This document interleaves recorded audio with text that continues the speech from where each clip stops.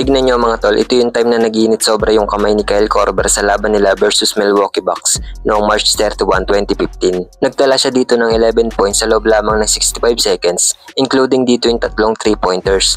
At ito nga yung unang tira niya na nagsimula sa 5:51 mark sa third quarter.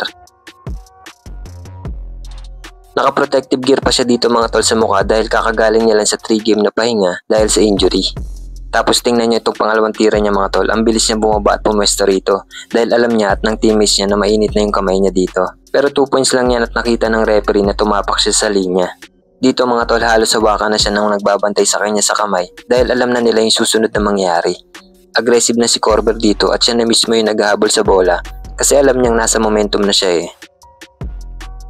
Di pa din nagta-timeout si Jason Kidd dito na head coach ng Bucks sa panahong ito. Siguro kala niya baka sa next na tira ni Korver ay sablay na. Pero sa next play ganun pa din. Si Korver pa din ang hinahanap ng mga teammate niya at yun na nga, pasok pa din.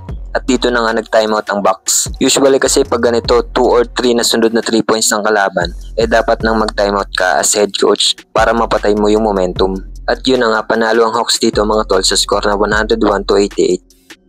Nagtala ng 11 points, 1 rebound at 5 assists si Korver dito sa loob ng 34 minutes of playing. Well, sa season na ding ito ay dito ay naging first time at last time na naging all-star si Korver bilang replacement ng injured na si Dwayne Wade. Kayo ba mga tol, tandaan nyo pa ba tong moment na to? Pakikomento lang dyan sa ibaba at huwag kalimutan mag-follow or subscribe bilang suporta. Sobrang maraming salamat po.